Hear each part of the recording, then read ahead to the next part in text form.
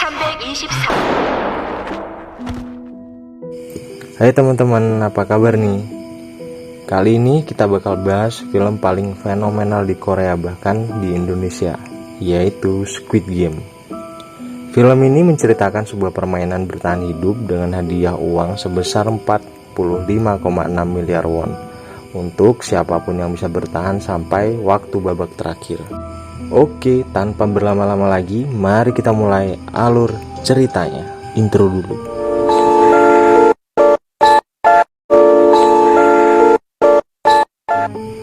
Film diawali dengan diperlihatkannya seorang duda bernama Ki-hun. Ia bekerja serabutan dan menjadi beban bagi ibunya yang sudah tua. Karena hal itu, juga istrinya meninggalkannya dan menikah dengan lelaki lain. Bahkan, hak asuh untuk putri sematawayang mereka jatuh kepada sang istri yang sekarang hidup bahagia dengan suami barunya. Dengan semua kesialan di dalam hidupnya, Ki-hun mencoba menjadi ayah yang baik di hari ulang tahun putrinya. Ia nekat mengambil uang ibunya untuk dilipat gandakan dalam sebuah perjudian. Dan beruntungnya ia berhasil memenangkan perjudian itu dan mendapat uang yang cukup banyak. Namun, begitu keluar dari area perjudian, ia langsung dikejar oleh para rentenir yang ingin menagih hutang pada Ki-hun. Melihat segerombolan rentenir itu, Ki-hun pun segera kabur untuk menyelamatkan uangnya. Namun, sayangnya ia tetap tertangkap. Ia mencoba bernegosiasi dan akan membayar hutangnya dengan hasil kemenangan hari ini. Namun, saat ia memeriksa uangnya, ternyata semua uangnya telah hilang. Jadi, saat proses pengejaran sebelumnya, ia sempat menabrak seorang gadis yang ternyata gadis itu adalah seorang pencuri. Nah, karena tidak bisa membayar hutang, rentenir itu pun memaksa Ki-hun untuk menandatangani sebuah kontrak yang berisi bahwa jika Ki-hun tidak bisa membayar hutang dalam waktu dekat, maka organ-organ tubuhnya akan diambil dan dijual oleh si rentenir. Semua kesialan dalam hidupnya membuat ia frustasi karena di hari ulang tahun putrinya tidak bisa memberikan makanan yang enak serta hadiah yang indah. Ia merasa telah gagal sebagai seorang ayah yang baik untuk putrinya. Kini, dalam hidupnya yang tersisa hanyalah kemalangan serta hutang yang tak akan sanggup ia bayar.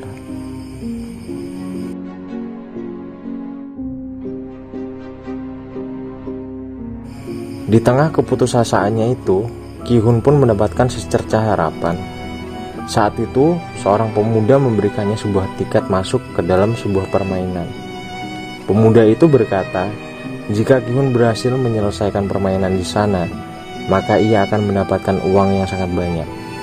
Mendengar hal itu, Ki-hun pun merasa tertarik dan mengikuti apa kata pemuda tersebut. Singkat cerita, Ki-hun dan orang-orang lain yang bernasib sama seperti dirinya dibawa menggunakan sebuah mobil. Mereka pun dibius untuk menjaga kerahasiaan tempat permainan tersebut. Selain itu, semua HP dan barang bawaan mereka juga disita dan dikembalikan saat mereka sudah pulang. Terdapat 456 peserta yang dikumpulkan dalam sebuah ruangan besar. Tempat permainan itu dikelola oleh seorang misterius bertopeng hitam dengan anak-anak buahnya yang menggunakan pakaian serba merah. Mereka sangat merahasiakan semuanya, bahkan identitasnya tidak boleh diketahui oleh siapapun.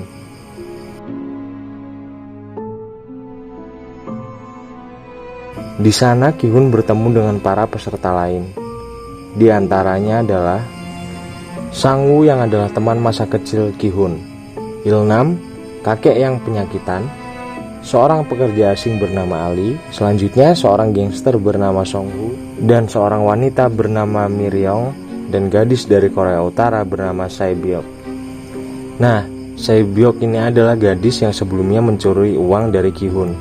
Jadi saat melihatnya, Ki-hun menjadi sangat marah. Namun belum sempat membalaskan dendamnya, para panitia pun datang ke ruangan mereka. Kemudian panitia menjelaskan bahwa mereka di sana akan memainkan sebanyak 6 permainan. Adapun beberapa aturan yang harus disetujui oleh para pemain sebelum permainan dimulai. Pertama, pemain tidak boleh berhenti di tengah permainan. Lalu pemain yang menolak permainan langsung dieliminasi. Dan yang terakhir, permainan akan dihentikan jika mayoritas dari peserta menyetujuinya. Setelah menyetujui semua persyaratan itu, para peserta diarahkan ke ruang berbeda untuk memulai permainan yang pertama. Permainan pertama yang akan mereka mainkan adalah lampu merah dan lampu hijau. Terdapat sebuah robot raksasa di ujung ruangan yang akan bertugas sebagai penjaga. Nah, saat sang robot berkata lampu hijau, para pemain diperbolehkan bergerak secepat mungkin agar mereka segera sampai di garis finish sebelum waktu habis.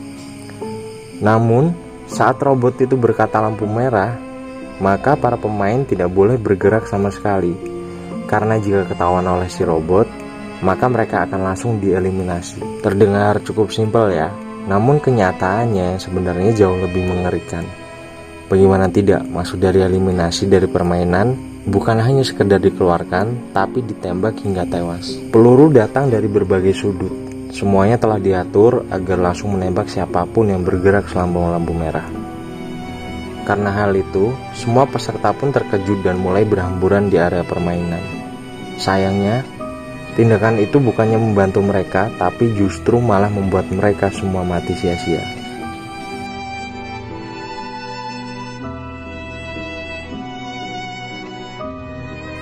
Ki-hun dan beberapa pemain yang masih tersisa terpaksa harus terus menyelesaikan permainan, meskipun mereka harus melihat ratusan mayat yang tergeletak tidak terurus di sekitar mereka. Mereka harus tetap berkonsentrasi agar mereka dapat sampai di garis finish dengan selamat.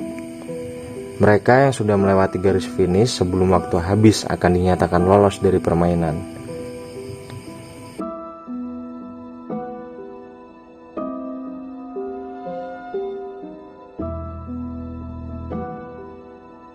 Ki-hun yang sebelumnya tertinggal mencoba untuk berlari sekencang mungkin di detik-detik terakhirnya.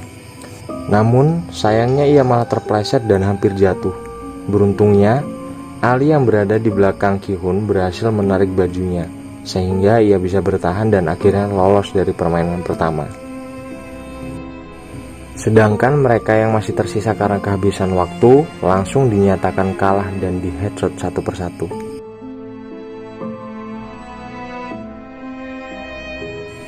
Setelah menyelesaikan permainan pertama, para peserta kembali dikumpulkan di kamar mereka.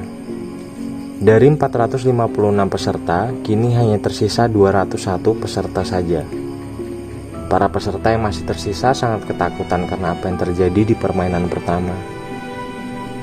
Alhasil, mereka pun sepakat untuk menyudahi semua itu dengan melakukan voting. Sebelum melakukan voting, panitia mengingatkan kepada mereka bahwa kini hadiah yang terkumpul sudah mencapai lebih dari 25 miliar. Hal itu diakumulasikan dengan jumlah para peserta yang telah gugur.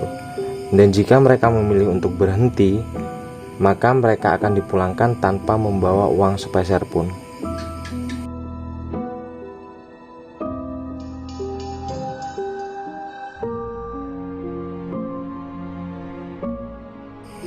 Hal itu membuat mereka semua menjadi goyah. Namun pada akhirnya hanya dengan satu selisih suara, mereka pun sepakat untuk menyudahi permainan ini.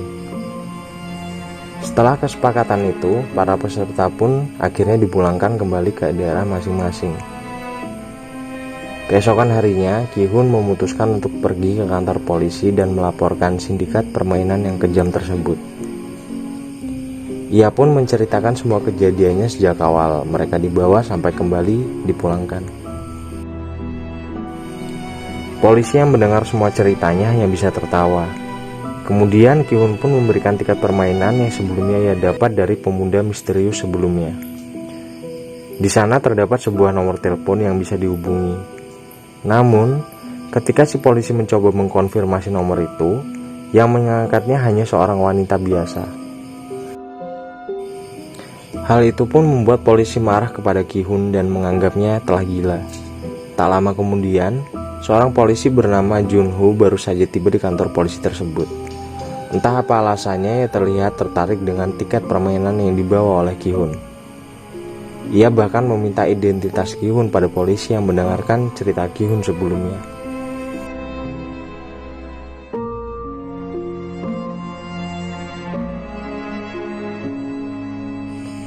Junho sepertinya mengetahui sesuatu yang janggal dari permainan tersebut. Tak disangka ia juga mempunyai tiket yang sama persis dengan milik Ki-hun. Tiket itu diketahui milik kakaknya yang sudah lama menghilang. Junho pun merasa bahwa kakaknya pasti ada di tempat permainan tersebut. Di tempat lainnya, Ki-hun yang pulang ke rumahnya merasa kebingungan mencari ibunya. Ternyata saat ini ibu Ki-hun dirawat di rumah sakit karena menderita penyakit diabetes akut. Bahkan dokter menyarankan kepadanya untuk segera melakukan operasi. Namun sang ibu memilih untuk pulang karena tak sanggup membayar biaya pengobatan di rumah sakit. Hal itu pun membuat Ki-hun sedih dan kecewa pada dirinya sendiri. Ia bahkan nekat meminjam uang pada mantan istrinya demi bisa membayar biaya pengobatan ibunya.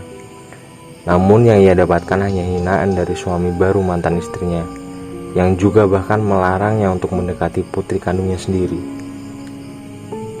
Hal itu pun membuat Ki-hun marah dan langsung menghajar lelaki tersebut. Kini, Ki-hun pun sadar bahwa apa yang dikatakan panitia permainan itu benar adanya.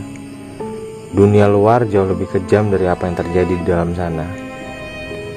Mereka akan tetap dikejar hutang dan mati di tangan rentenir. Semua kenyataan pahit dunia pun membuat Ki-hun dan yang lainnya tertarik untuk masuk lagi ke dalam area permainan. Pada malam harinya, mereka semua pun berkumpul dan dijemput seperti saat pertama kali ikut serta.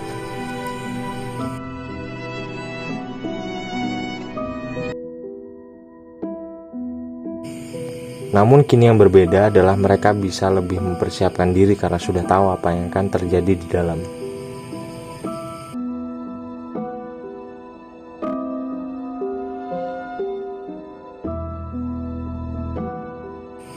Dari arah lain, Junho ternyata juga ikut menyusup ke dalam mobil.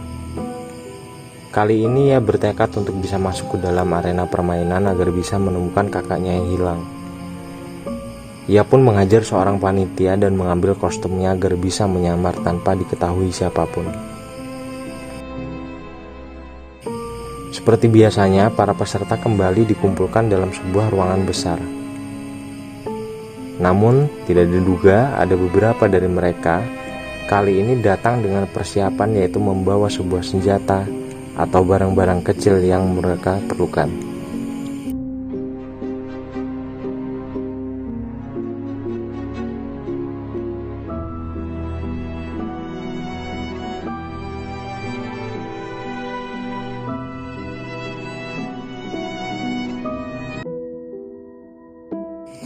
Pada malam harinya, Sabyok yang membawa pisau kecil pergi ke toilet dan menyusup lewat ventilasi dengan bantuan Mireong.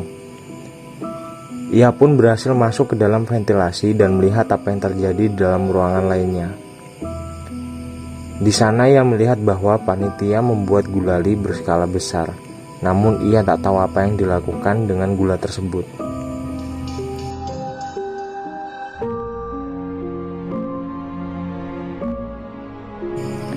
Keesokan harinya, para peserta pun bersiap dan dikumpulkan untuk permainan yang kedua. Sebelum memulai permainan, Sang-Hu bertanya kepada Sae-byok tentang apa yang ia lihat kemarin malam. Ia pun berkata bahwa permainan kali ini pasti merupakan permainan masa kecilnya. Sedangkan Sae-byok yang berasal dari Korea Utara pasti akan kesulitan. Oleh sebab itu, Sae-byok memberitahunya bahwa ia melihat para panitia yang membuat gulali. Setelah mendengar hal itu, Sang-Hu pun teringat permainan masa kecilnya, di mana terdapat lelehan gula yang diberikan dengan bentuk yang berbeda-beda. Tugas mereka adalah mengikis gula tersebut agar sesuai dengan bentuknya. Itulah mengapa ia sengaja mengambil bentuk segitiga karena merupakan bentuk yang paling mudah. Namun, anehnya Sang-Hu tidak memberitahu teman-teman terdekatnya tentang hal itu, dan malah membiarkan mereka memilih bentuk yang sulit. Seperti contohnya Ki-hun mengambil bentuk payung dan kakek Il-nam pun mengambil bentuk bintang. Peserta memiliki 10 menit untuk menyelesaikan permainan kali ini. Bagi peserta yang gagal membuat bentuk yang sesuai, maka mereka akan langsung dieliminasi atau ditembak. Hal itu pun membuat para peserta yang lain panik dan semakin ketakutan. Mereka semua berusaha sekuat mungkin untuk mendapatkan pola yang diinginkan. Kemudian Miryong yang memanfaatkan korek apinya untuk memanaskan jarum agar gulali itu bisa lebih mudah dilelehkan.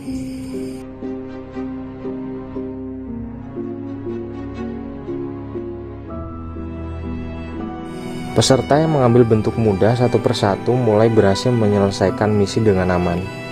Namun yang menjadi masalah adalah yang mengambil bentuk-bentuk sulit ditambah waktu yang semakin berkurang. Dan dalam proses itu,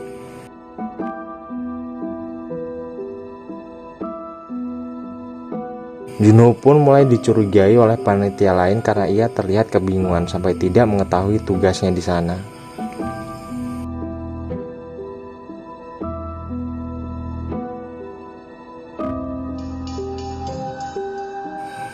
Di menit-menit terakhir, Ki-hun mendapat ide cemerlang agar dapat menyelesaikan misi dengan cepat. Saat itu ia melihat pada gulali memiliki polanya, jadi yang harus mereka lakukan adalah menjilat gulali itu sampai bisa dipisahkan dengan polanya tersebut. Hal itu adalah cara tercepat yang dapat dilakukan jika ingin selamat. Para peserta yang melihat Gi-hun pun langsung mengikuti triknya. Tak disangka hal itu pun sangat membantu mereka. Sehingga beberapa peserta termasuk Gi-hun dan kakek Ilnam berhasil menyelesaikan misi dengan aman. Namun ada peserta yang gagal melawan seorang panitia. Oleh sebab itu panitia yang lain pun langsung menembak peserta yang lain agar mereka tidak memiliki kesempatan untuk melawan. Peserta itu pun menodongkan pistol ke arah panitia tersebut dan memintanya untuk melepaskan topeng. Namun begitu panitia tersebut melepaskan topengnya, maka dia akan langsung ditembak oleh penyelenggara permainan. Jadi, semua panitia di sana memiliki perjanjian bahwa mereka dilarang membuka topeng atau membuka identitas mereka di aula permainan, kecuali saat mereka di dalam kamar dan sendirian. Semua itu dilakukan untuk menjaga kerahasiaan permainan tersebut. Dan selanjutnya, kita diperlihatkan Ki-hun dan teman-temannya yang masih harus berjuang melakukan apapun agar bisa bertahan di dalam permainan yang lebih gila dan mematikan.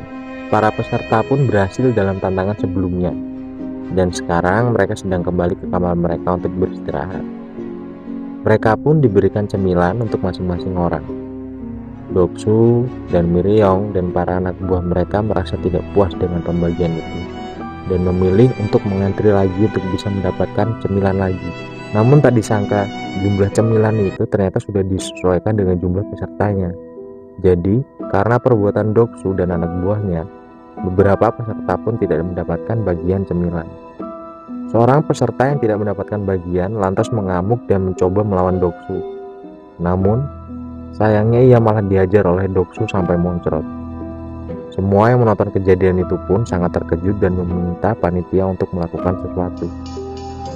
Panitia sama sekali tidak peduli dengan apa yang terjadi di luar sana. Mereka malah menampilkan bahwa dengan tereliminasinya peserta lain, malah akan menambah jumlah hadiah mereka. Tak disangka, hal itu pun membuat Doksu dan para anak buahnya menjadi berpikir untuk membunuh peserta lain agar saingan mereka menjadi berkurang. Tanpa sadar, para peserta pun mulai terbagi menjadi beberapa kubu.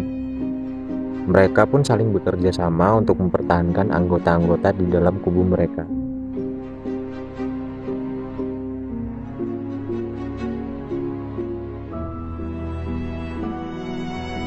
Di waktu yang sama, diperlihatkan seorang peserta yang sedang melakukan sesuatu dengan beberapa panitia secara rahasia.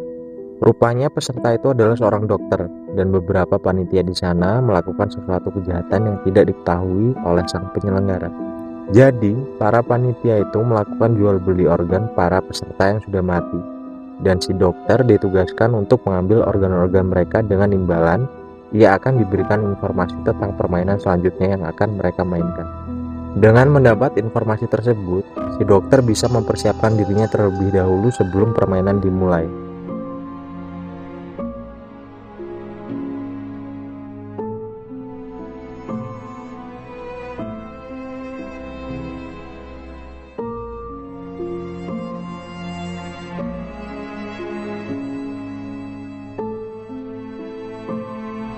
Pada malam harinya, seperti biasanya lampu ruangan mereka akan dimatikan agar mereka bisa beristirahat. Namun kesempatan itu malah digunakan oleh Doksu dan anggotanya untuk membunuh peserta di dalam kegelapan. Malah mengerikan itu dipenuhi dengan teriakan kesakitan dan darah di mana-mana.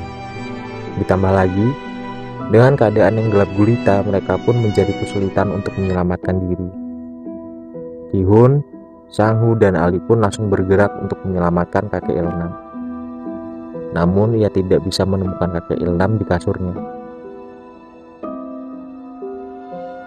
Ternyata kakek Il-nam sudah lebih dulu menyelamatkan diri dengan pergi ke tempat yang paling atas. Dari posisi itu dia berteriak meminta para peserta untuk saling berhenti membunuh satu sama lain.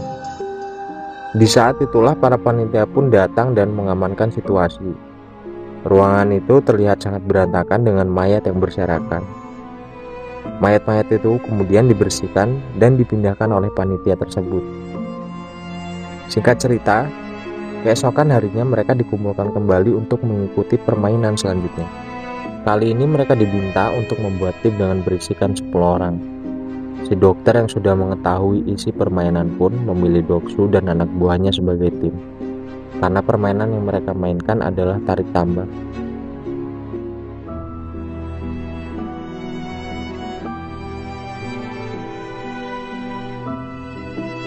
Sedangkan Gi-hun dan peserta yang lain tidak tahu apapun. Mereka memilih teman-teman terdekat mereka dengan random. Bahkan tim Gi-hun dipenuhi 3 wanita dan 1 kakek-kakek. Alhasil, tim itu menjadi sasaran empuk bagi tim lainnya. Tarik tambang yang mereka mainkan bukanlah tarik tambang yang biasanya. Mereka akan bertanding di atas ketinggian dan yang jatuh akan kalah dan bonjol.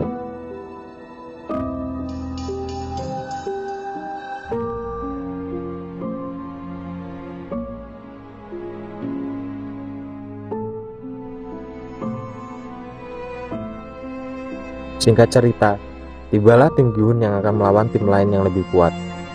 Sejak awal, Sang-hu sudah merasa putus asa sejak melihat semua anggota-anggota di timnya.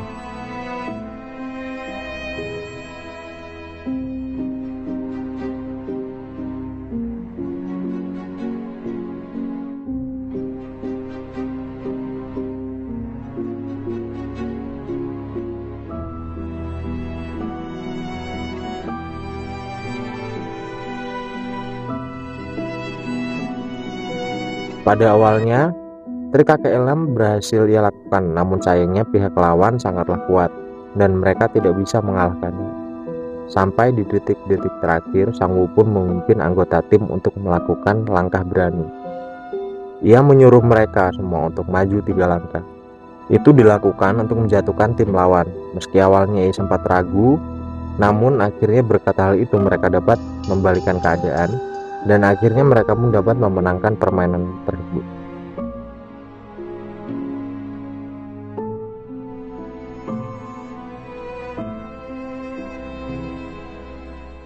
Di akhir permainan, dari 80 peserta kini tinggal 40 pesertalah yang masih bertahan. Setelah permainan usai, seperti biasa si dokter dipanggil untuk melakukan operasi pengambilan organ. Di situ Junho yang masih menyamar diminta oleh seorang panitia untuk ikut pengiriman organ. Di sanalah Junho melihat apa yang dilakukan oleh si dokter dan para panitia itu.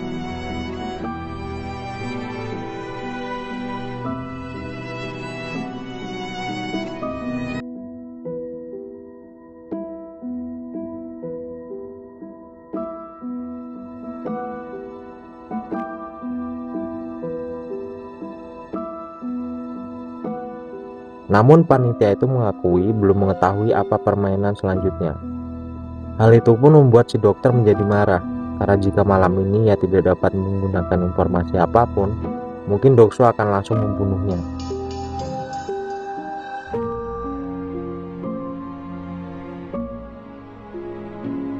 Dengan pisau operasinya, ia langsung membunuh panitia tersebut dengan brutal. Setelah itu ia keluar kabur melewati ruangan labirin tersebut dan dikejar oleh seorang panitia.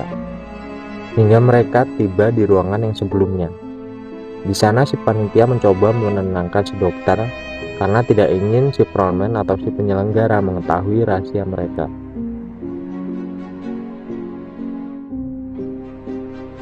Namun sayangnya keributan itu pun langsung diketahui oleh frontman. Tak ingin membuang waktu, ia pun langsung membunuh si panitia itu dan juga si dokter. Frontman sebenarnya tidak peduli dengan apa yang ia lakukan di belakangnya. Namun dalam permainan, ia sangat menjunjung tinggi kesetaraan dan ia tak ingin ada peserta lain yang diperlakukan spesial di sana. Ia percaya setiap orang berhak mendapatkan kesempatan hidup mereka dengan adil.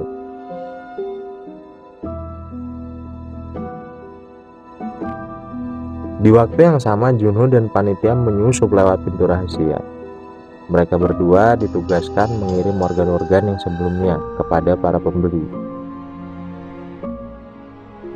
Tak disangka, setelah melewati jalan rahasia itu, panitia itu pun menodongkan pisau ke arah Junho.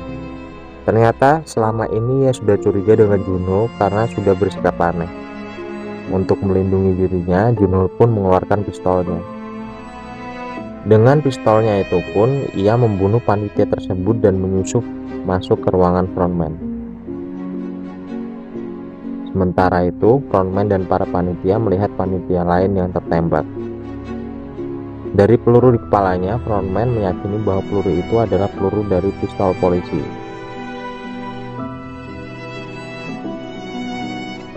Alhasil, ia pun mengarahkan semua panitia untuk mencari penyusup tersebut.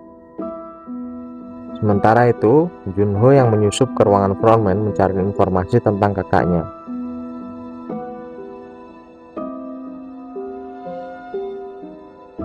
Dari puluhan bahkan ratusan berkas di sana, ia pun menemukan fakta bahwa kakaknya pernah ikut menjadi peserta dalam sebuah permainan tersebut. Setelah itu, waktu permainan selanjutnya pun tiba.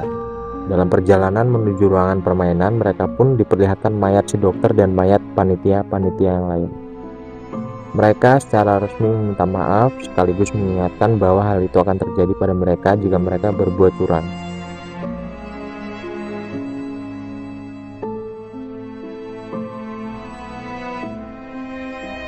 Pada permainan kali ini mereka diminta untuk berpasangan 2 orang. Karena jumlah peserta saat ini 39, itu artinya akan ada 1 orang yang tidak memiliki pasangan. Saat itu tidak ada satupun peserta yang mau berpasangan dengan kakek Ilnam. Mereka takut jika di permainan kali ini akan membutuhkan kekuatan. Karena merasa kasihan, Hyun pun memutuskan untuk berpasangan dengan kakek Ilnam. Dan pada akhirnya pemilihan pasangan tersisa 1, yaitu Miryong, yang tidak mendapatkan pasangan. Karena hal itu, ia pun dibawa oleh panitia ke ruangan lainnya. Di ruangan permainan, masing-masing peserta diberikan 1 kantong yang berisikan 10 kelereng. Dan dalam waktu 30 menit, peserta yang mendapatkan 20 kelereng di akhir permainan akan dinyatakan menang. Dan itu artinya mereka harus bersaing dengan lawan pasangan mereka sendiri. Kyuhun yang berpasangan dengan kakek Ilnam berusaha menyadarkannya saat kakek itu sedang kambuh, sehingga si kakek pun tidak peduli dengan permainan dan berkeliling di sekitar arena. Hal itu tentu membuat Kyuhun panik dan terpaksa membentak kakek Ilnam. Dengan begitu, kakek Ilnam pun tersadar dan mau bermain dengannya. Mereka memutuskan untuk bermain tebak-tebakan. Mereka hanya perlu menebak jumlah kelereng di tangan lawan, apakah ganjil atau genap. Tak disangka, ternyata kakek Ilnam berkali-kali menebak benar, yang membuatnya menang banyak.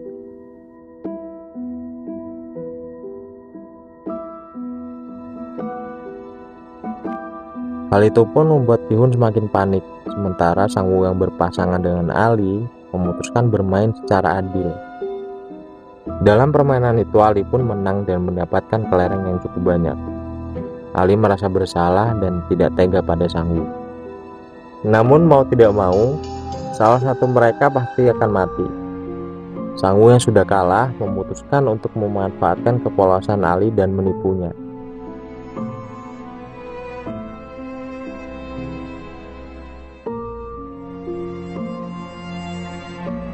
Ia mengambil semua kelereng Ali dan menggantinya dengan batu. Dengan begitu, ia pun berhasil lolos dalam permainan kali ini. Di sisi lain, Sabyok yang berpasangan dengan seorang wanita bernama Jeong menghabiskan 30 menit mereka untuk mengobrol. Dari sana, Jeong pun menyadari bahwa Sabyok lebih pantas untuk selamat daripada dirinya.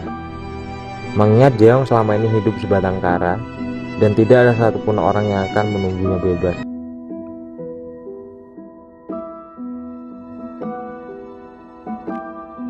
Oleh karena itu, ia pun memutuskan untuk mengalah dan membiarkan Sebyok lolos dari permainan itu.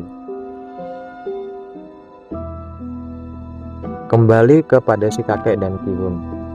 Saat itu kelereng Ki-hun hanya tersisa satu. Itu artinya tinggal satu langkah saja si kakek akan berhasil memenangkan permainan. Tak disangka Ki-hun salah menebak pada kesempatan terakhirnya. Namun karena penyakit si kakek, ia pun lupa apa tebakan dari Ki-hun. Karena hal itu, Ki-hun mengganti tebakannya, sehingga ia pun berhasil menang. Hal itu terus dilakukan oleh Ki-hun agar bisa membalikkan keadaan, sampai akhirnya kelereng kakek itu pun hanya tersisa satu. Saat itu kakek Il-nam pun menyarankan agar mereka bermain satu ronde lagi, namun harus mempertaruhkan semuanya. Ki-hun yang mendengar hal itu merasa tidak adil, karena ia memiliki 19 kelereng sementara si kakek hanya punya satu. Mendengar hal itu, si kakek pun berkata bahwa selama permainan ia tahu bahwa dirinya telah dibohongi oleh Ki-hun. Namun ia sengaja membiarkan Ki-hun melakukan hal itu. Ki-hun yang mendengar hal itu pun merasa sedih dan bersalah. Kakek itu pun meraih tangan Ki-hun dan memberikan satu kelereng terakhirnya pada Ki-hun. Kemudian si kakek berterima kasih kepada Ki-hun yang sudah merawatnya selama ia berada di sana. Dan berkat Ki-hun juga si kakek merasa bahagia di sisa-sisa terakhir hidupnya.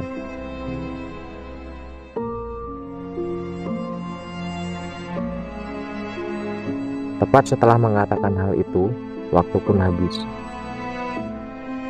Kakek Il-nam, Ali dan yang lainnya pun dinyatakan tereliminasi dan ditembak hingga tewas. Capek banget ya guys, kita rekap season 1 sampai 6 dalam satu part. Tapi untuk teman-teman tercinta, capek kita nggak akan jadi masalah, terbayarkan pokoknya. Cukup bantu kita dengan like, komen, dan subscribe, juga nyalakan loncengnya ya teman-teman, agar kita tetap semangat menyediakan tontonan untuk teman-teman tersayang. Terima kasih semuanya, sehat selalu, dadah.